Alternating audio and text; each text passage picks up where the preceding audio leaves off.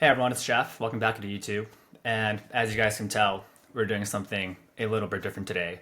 I have my friend here, Yaw Bonsu. And, over the past few years, I've recorded quite a few solo YouTube videos. And while it has been fun, the entire time I've kind of just been thinking to myself, wow, it would be really nice if I actually just had someone to bounce ideas off of and really chat with because kind of just talking by yourself and yapping to the void is can be a little bit more difficult than I actually really anticipated. So luckily, my good friend here, Yao, who I have known for years and have been talking basketball with for a really long time, has agreed to come on and be the co-host for this new series, which we're hoping we're going to be able to do this every single week and make this a very regular, consistent thing. So yeah, Yao, why don't you introduce yourself real quick and we'll get into today's topics. Yes, sir. New York native, Long Island, New York City. So go Knicks. It's the NBA, so it's all about the players. I'm more of a fan of the players than the teams. But if I had to choose one, it would have to be the Knicks. Right now, based in Toledo, Ohio, sports anchor reporter here for a sports network. We don't have an NBA team, so it's good to be able to branch out, talk some pro basketball and all that. We've known each other for a few years, or really more than a few years. We've known each other since I was in high school, and here I am 2 years out of college. So it's a good thing to be able to sit down here and talk ball, doing a topic every week, sometimes even more. So it's about damn time. That's the way I'd sum it up. Yes, sir. And by the way, Yao has been one of the earliest supporters and followers of Jeffonsports. It's Absolutely. not an exaggeration to say like my page and everything I'm doing, it would not be here today the way it is without the feedback and influence from my friend Yao here. Oh, So that's appreciated. I I'm wasn't expecting I you to know, say of course. that. I'm really glad he's here and taking the time to do this with me. So today we've got, I think, a very compelling issue that has kind of been circulating through the league recently, the last few weeks, which is Knueppel versus Cooper Flagg for Rookie of the Year. And I think coming into the season, the vast majority of people were pretty much kind of favoring Flagg for that award, right? Which makes sense. Number one overall pick, he had the pedigree, and Knueppel was someone who, for a lot of people, was a very controversial pick for the Hornets. A lot of guys really wanted Ace Bailey or Trey Johnson, and when I made that Instagram post about him a few months ago, a lot of people were calling this one of the biggest mistakes in the draft. Classic Hornets, another big draft fail where there's going to be an all-star pick right after him. And as of right now, in the first few weeks of this season, I think everybody would probably agree Knueppel has been by far the best rookie so far. And if we're just going to be voting on the award right now, he would probably be the runaway favorite for it. But of course, it is an 82 game season, and people rise and fall.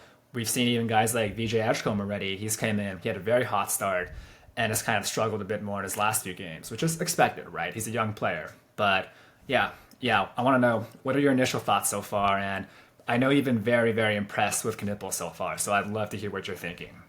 I have been, and I'm glad you mentioned VJ Edgecombe, but the way Knueppel is playing, it doesn't give you the sense that it's just a one-off, right? Coming out of Duke, what were his biggest weaknesses? Coming off of ball screens, getting to the free throw line, finishing at the rim.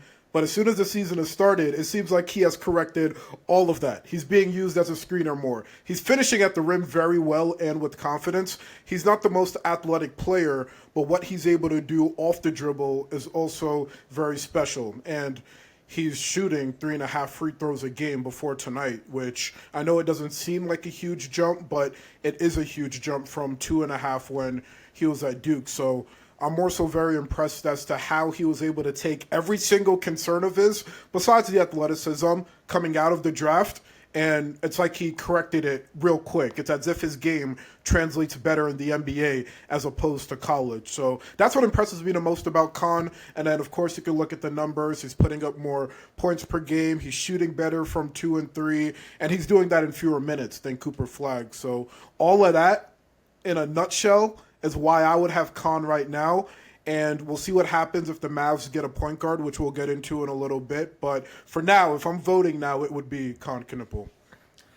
Right, and I think that the thing that he does best, which doesn't perhaps always transfer, doesn't always hit the most in college, but will work very well in the NBA, is he's a very good movement shooter.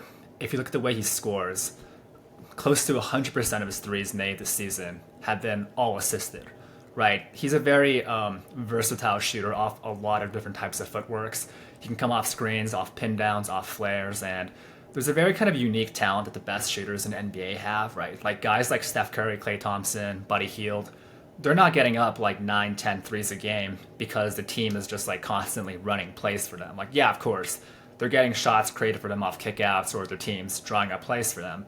But also, a lot of these guys, they're just very instinctive movers where if there's an open spot on a court during a breakdown off offensive rebound, these guys will fill those lanes and they're going to find an open spot. And in chaos like that, I think Knueppel has definitely proven himself to be one of those guys who just has a very instinctive feeling for where to go on the court to get an open shot off, right?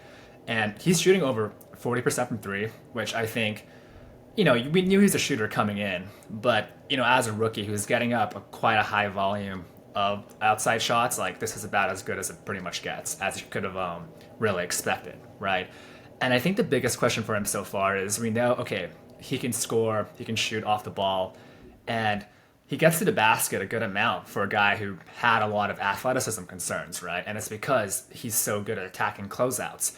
If he's getting the ball on the wing and defenders up closing out on him, he uses the threat of his shot really well to blow past guys who are bigger or are faster than him, and he uses that size really well inside the paint to finish.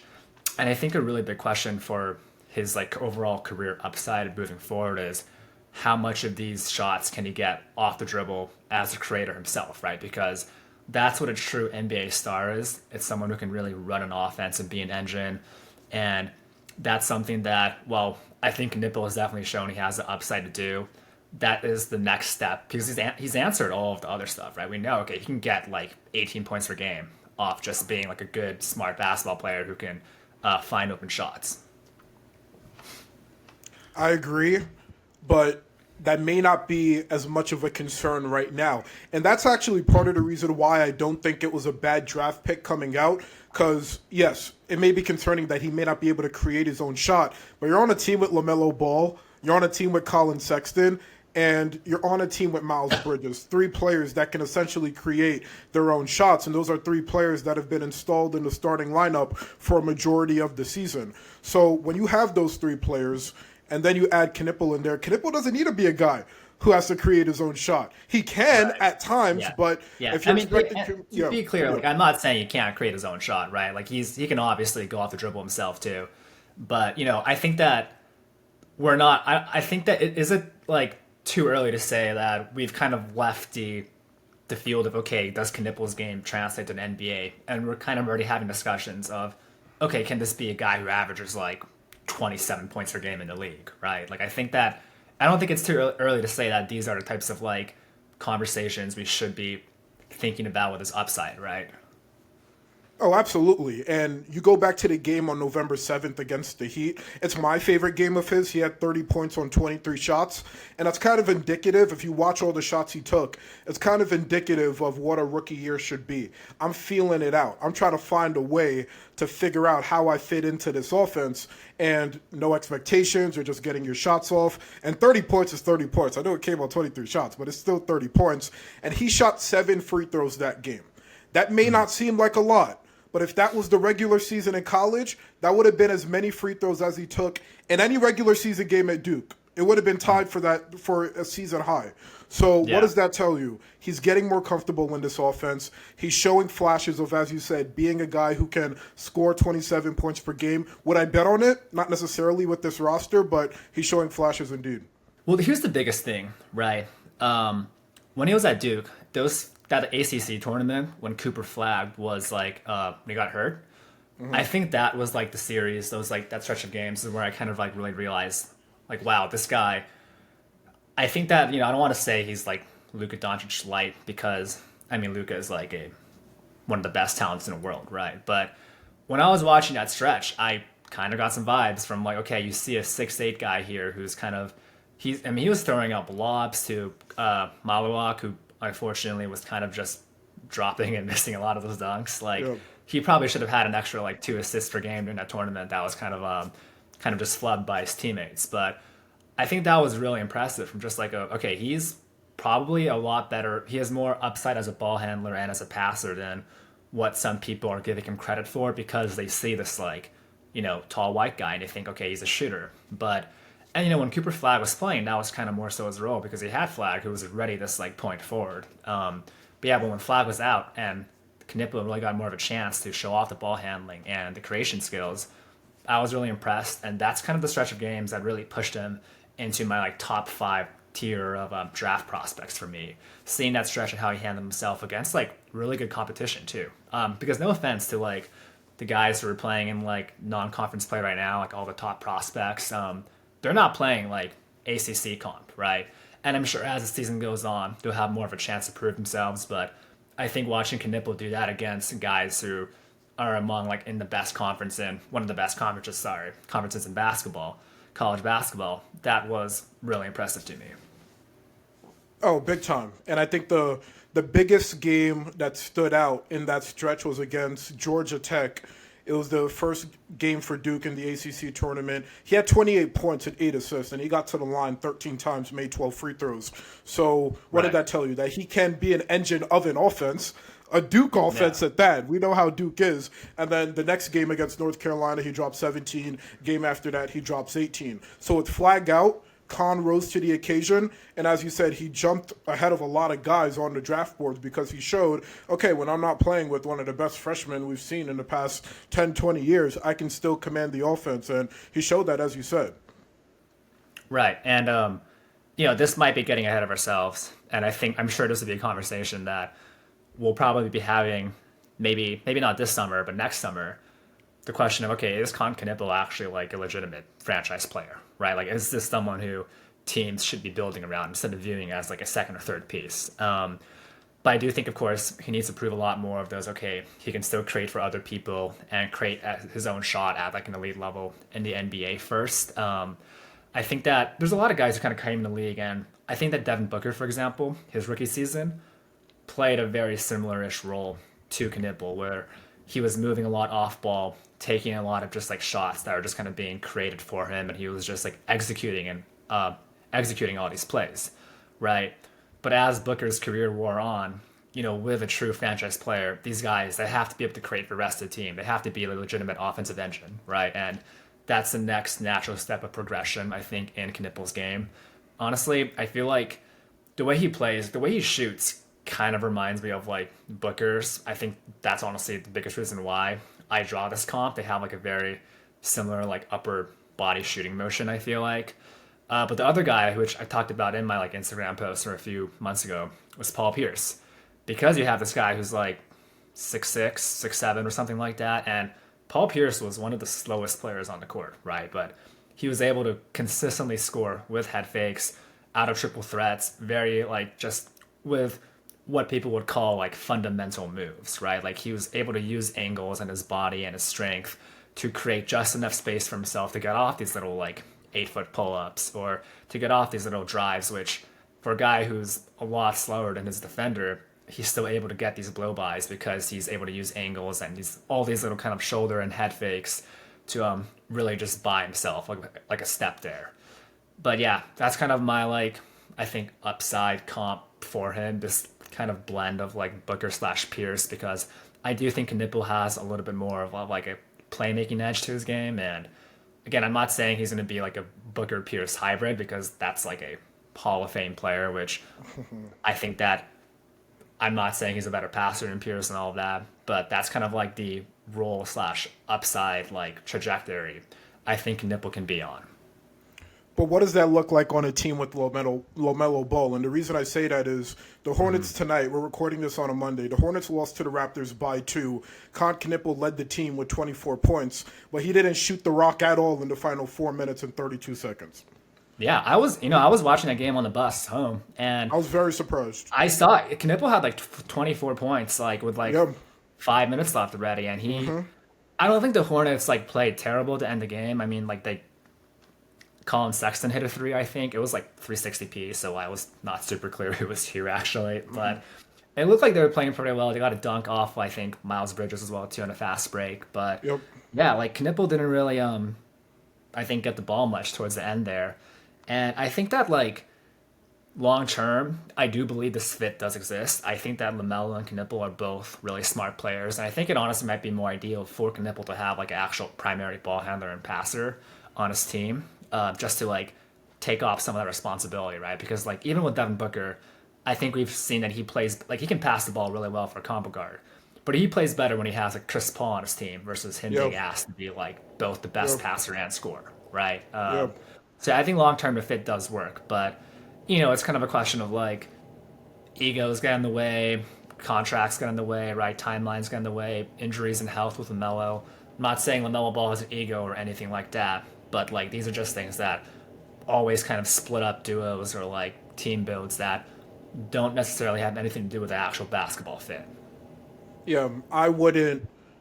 I don't know if I would trust Knueppel yet. It's early, so I wouldn't trust him yet to be the guy who's Right. bringing the ball up with 2 minutes to go in a clutch Right. game. As you said, I'd rather him come off the ball and feed off LaMelo Ball. I think he's shown he's better Yeah. at that than anything else. But I just want to see him get more involved in late game Yeah. situations because, as you said, this guy had 24 points.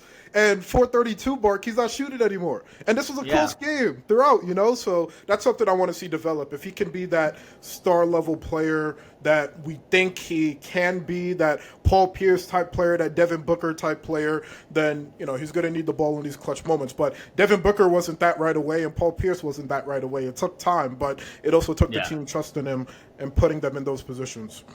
Well, I think that's a very, very natural segue actually into the Cooper Flagg convo, Who has all because the you brought pressure? up yeah, like they're not making him bring the ball up with 5 minutes left or like sorry 2 minutes left in a close game and asking him to create for players.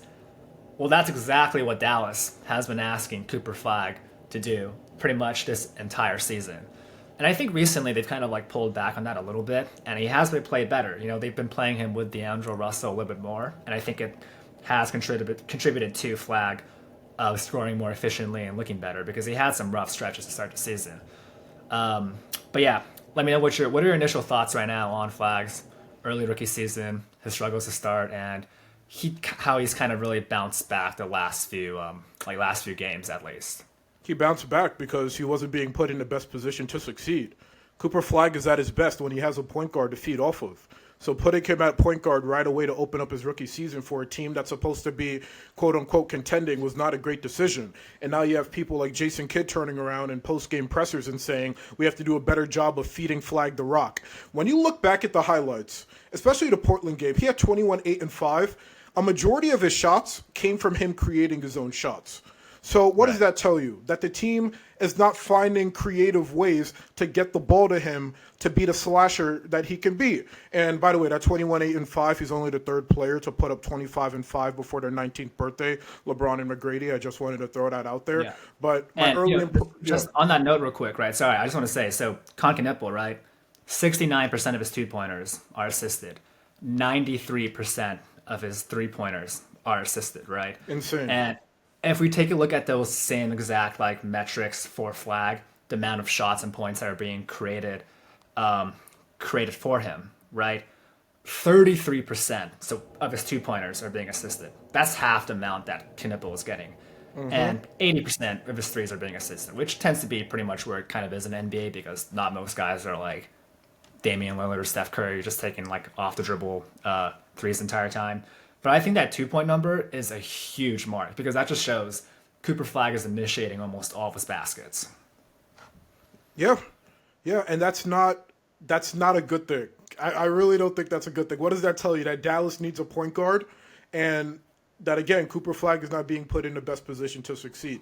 D'Angelo Russell, he's good, but if you want to elevate Cooper Flagg to be the player you think he could be, he's gonna need more of a pass-first point guard to have him shoot above 30% from three, to have him shoot above 47% from the field, to have those numbers on assisted baskets be even more. So, yeah, I mean, it's nothing necessarily on Flagg. I think he's just doing what he can with the cards he's been dealt, but he's definitely not in the best situation, or at least he definitely wasn't at the beginning of the season. Yeah, and on that note with like Jason Kidd kind of playing him at point guard, we kind of you understood the logic of like, okay, let's throw him to the fire and make him work on these like point guard skills because ideally in the future he becomes a guy like Jason Tatum where he's like this like 6'8", 6'9" forward who's kind of like a point forward, right? Who's like really again like an engine of your offense. The issue with that was Tatum's rookie season they were not asking him to do that. In fact, he was pretty much playing like the Knueppel role his rookie season. He was like averaging 13 points per game as like a off the cash like score, right? The key to like I think really making rookies feel comfortable is to put them in situations in which they can kind of just get like easy baskets and gain confidence, gain rhythm, figure out the NBA pace and style, and definitely give them some training wheels to start. And the Mavericks, who I think they did not have to do this. Like they have talent on their roster, and I know we can talk about like the lack of the point guard situation, of course, too. But they had Anthony Davis, who also has been hurt to start the season. But they were planning on starting Flagg before Davis even got like injured, right? So clearly, like they've been kind of like been itching to try this, and I think that was just the wrong approach from the very start. Because ideally, you get your number one overall draft pick, which pretty much your entire franchise's future is riding on now that you've lost Luka Doncic. You want to get him comfortable and like confident first, right? And I think that they're very lucky that Flagg has a very great like competitive and like mindset and tough skin, which after struggling for quite a few games, like he didn't like just like give up, right? I think a lot of players in that situation would have maybe faltered a little bit, but Flagg clearly has got some like iron will to him. He's really powered through some tough scenarios. And yeah, I think that, Dallas, that whole plan of just like, okay, we're going to run our offense through this kid without like any other creators and ball handlers next to him. And we're going to like bring D'Angelo Russell and stagger his minutes with Flagg. I think that whole idea was really, really flawed from the start, pretty much. I think at this point, everybody can agree with that as well. Yeah, if I was an actual bad team who was picking at the top of the draft, I would have been fine with it because there are no expectations. But Dallas was expected to contend. I'm going back to that again. And the comparison with Jason Kidd running Flagg at point was him doing the same thing with Giannis. Well, the year before Jason Kidd got to Milwaukee, the Bucks were 15 and 67. First year with Jason Kidd, 41 and 41. Second year, 33 and 49. Third year, 42 and 40. Fourth year, 44 and 38. So not a marginal difference from year one to year four. And that team under Jason Kidd was never a team we were looking at and saying, yeah, this team is going to contend. Absolutely. So Flagg is coming onto a roster here that is expected to not make it to the second round, but make it to at least the Western Conference Finals. That was the vision when you traded Luka Doncic. You don't trade him away the year after making the finals to just be satisfied with just a first round appearance. So I understand when you have a rookie, it's common knowledge across every type of sport. You want to get rookies comfortable right away. But how many number one overall picks are going into a situation where the team already thought, even without the number one pick, that they were going to contend the following year? Not many. And I don't have many examples off the top of my head outside of maybe, I guess, the Lakers when Magic was running around and they got the pick, whatever that was. But here, it's just not a healthy system for Flagg to be in because of the expectations that already came with Dallas. Dallas should have invested in a pass-first point guard that would have utilized Flagg to his strengths, which is being a slasher, getting to the rim aggressively, and getting shots created for him, as opposed to having to wave off his teammates and take on Victor Wembanyama one-on-one in the season opener, which I'm still on, by the way. But yeah, everything you said I agree with as well. Yeah, and like I think D'Angelo Russell was like a fine point guard. I've always really actually thought his like passing vision has been kind of a little bit underappreciated. But a problem with him is he's not really a guy who's getting to the paint a lot and like kind of breaking down defense and like collapsing guys and creating like chaos, and which leads to like cuts and open shots for his teammates, right? Because like the truth with D'Lo is he just doesn't really have like the physical tools to kind of really do that. He's not a very like quick guy, and he is still like a good scorer. He gets a lot of like great outside shots and like floaters, right? But with a guy taking a step back, like that's not breaking down the defense the same way as even perhaps someone like Trey Jones or Tyus Jones, his brother, right? Like these kind of more like traditional floor generals, they're getting to the paint and they're like collapsing the defense and they're creating a little bit more chaos with it. And I'm not saying those guys are better than D'Angelo Russell, and I would say in most scenarios, yeah, I prefer having D'Lo, right? But in this kind of situation, where it's like, okay, I think it would be at least nice to have more guys like Trey Jones who can kind of like actually run this offense and have Flagg doing things that create shots for him that aren't based on him like dribbling around and trying to go one on one against like a grown man, right? And kind of like along that note, it's like you see like Cooper Flagg like on fast breaks, right? Like that movie did the other day when he went like behind the back, little Euro step, like Filthy. those are freaky qualities. Like that stuff where it's like you can clearly tell, okay, he's like at the top of the league in terms of like physical tools, right? Like that was like that's like, but those aren't plays that really happen if he's being asked to do all these things in the half court, right? Like I don't know. I'm not sure if they're going to make a move at the deadline. It kind of seems like with the turmoil in their front office, it's not usually a time for most teams to like make trades like that. Like they don't even have a GM right now. Dennis Lindsey, like the Pistons guy, is considering coming back, and he was with the Mavericks before Nico Harrison took over as like the top basketball decision maker. I think that would be great because Dennis Lindsey has clearly helped the Pistons a lot since he joined them after Troy Weaver left, of course. So yeah, I guess we'll see. But I think the craziest part with like Flagg, right? It's like okay, we know he struggled a bit in NBA, just like statistically, I guess. But people make it seem like he's doing a lot worse than he actually is. Like I'm sure you saw that tweet the other day where quote unquote executive said he would go as low as sixth in this draft. He wouldn't. He And wouldn't. It's ridiculous. again, he's 30 days older than like Darren Peterson and AJ DeBonza, right? He's like in the same age as those guys. And he's in the NBA and he's averaging right now, like on the season, 16 points a game, 7 rebounds, 3.5 assists. And I know his efficiency has not been great, right? Like his field goal percentage is 44.7%. He's shooting below 30% from three. But I don't see how if these guys were like quote unquote in the same like draft class though, and you can draft Flagg as like a rookie, I don't see how anybody sees what Flagg is doing right now and goes, "Oh yeah, like we're out on him now." When he should be in college with the rest of these guys, who again they've been playing very well, and I think they're going to be like top prospects. But they're not playing NBA guys. They're playing like Delaware and a lot of players like mid majors. Level of competition is nowhere close to what Flagg was doing at Duke for most of the season when actual like conference play started. It's so crazy how we throw around the word generational and then months later that prospect struggles a little bit and suddenly that just goes out the window. I don't want to harp too much on this, but Cooper Flagg had one of the best freshman seasons we've seen in the past 20 years. I'm talking Anthony Davis, I'm talking Zion Williamson, I'm talking Carmelo Anthony, okay? He's one of the youngest players in the NBA. He reclassed, which is why he's so close in age with DeBonza and Peterson and those boys. He reclassed. So let's say he struggles like this the rest of the season.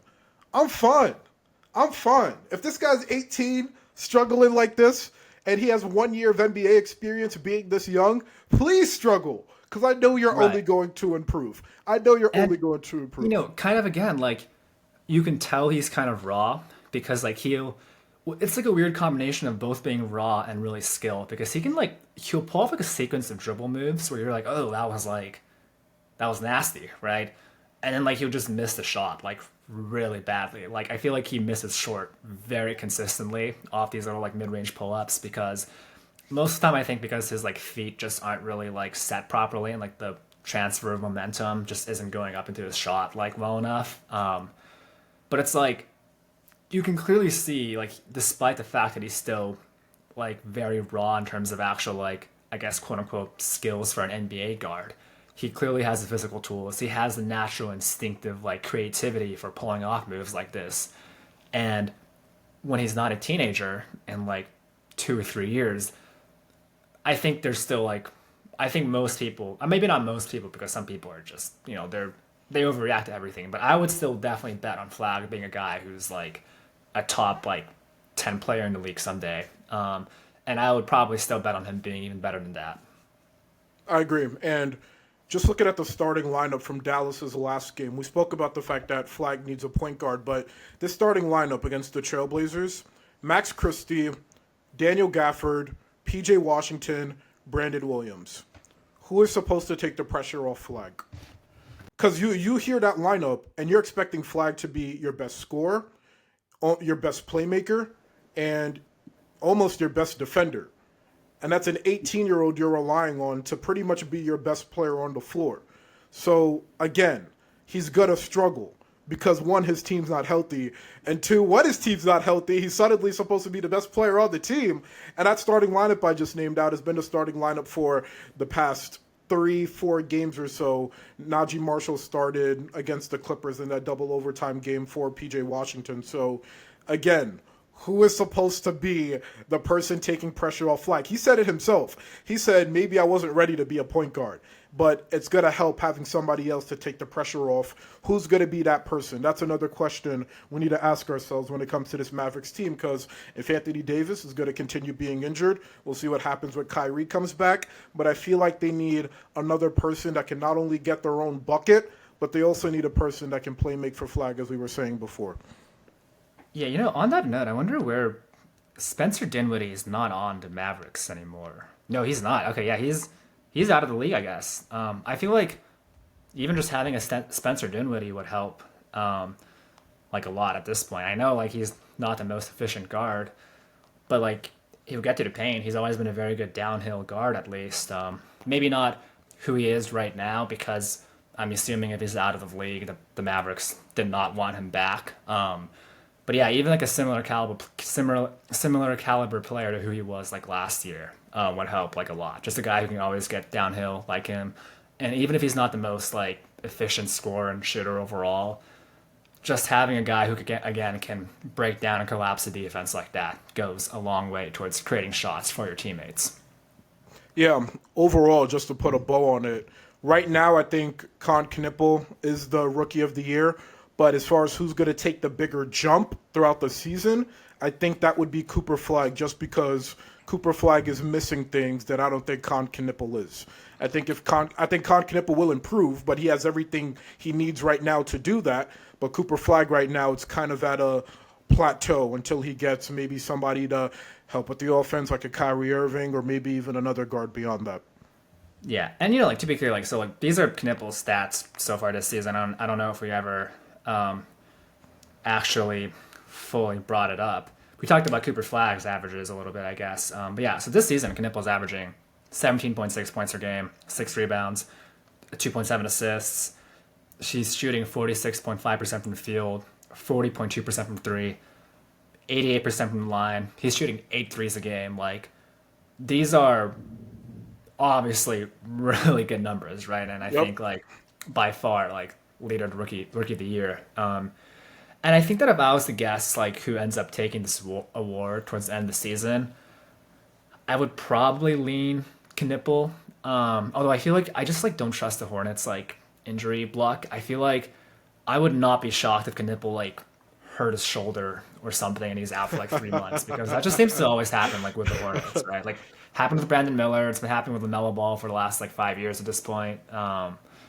Yeah, but I think, okay, but kind of based on your point of you thinking that like Flagg has more of like a long-term upside, I think for me as of right now, even though Knueppel is clearly better, I would probably still take Flagg like number 1 overall in that redraft, despite the fact absolutely. Knueppel, yeah, I mean he looks like someone who's going to be like a 25, 5 and 5 guy later in his career, anyways too. But I think you take a look at Flagg's like defensive tools, and he's been really good on defense this season. That's clearly translated, and there's just like a little bit more upside when you have a guy who's an athlete at that level, and who seems like hell bent on just like improving his game and maximizing and like reaching his basketball ceiling. Yeah, I agree. 100% agree. Yeah. But yeah, I feel like, out of the 2024 like 2025 draft class so far, I feel like those two have kind of really separated themselves like from like the pack a little bit as of right now. It's not really Dylan Harper's fault because he's been injured. I think to be clear, like VJ Edgecombe is still having like a pretty solid rookie season. It's just a little bit up and down because of he's like a rookie who comes in a little bit more raw as expected too. Cedric Coward is having a hell of a year too. I think that he's going to be a really big player for like the all rookie team. And yeah, Jeremiah Fears, of course, like Ryan Kalkbrenner's been playing amazing as second round pick for the Hornets. But yeah, I think that, when it comes down to it towards the end of the season, it will be these two guys. And I'm sure we'll talk more about this class overall very soon in a future episode. But yeah, I feel like, we got a good convo in about the top two guys so far. I really appreciated, loved hearing your thoughts on them at least. Oh, yes, sir. Yes, sir. We got a lot more coming. I mean, every week the NBA gives us something. So, yeah, yeah, it'll be good. This will be fun. Yeah. Yeah. And again, thank you everybody else who tuned in and listened for the first time. I can promise you guys, every episode from now on is going to get better and better. And yeah, look forward to having you guys back for the next one.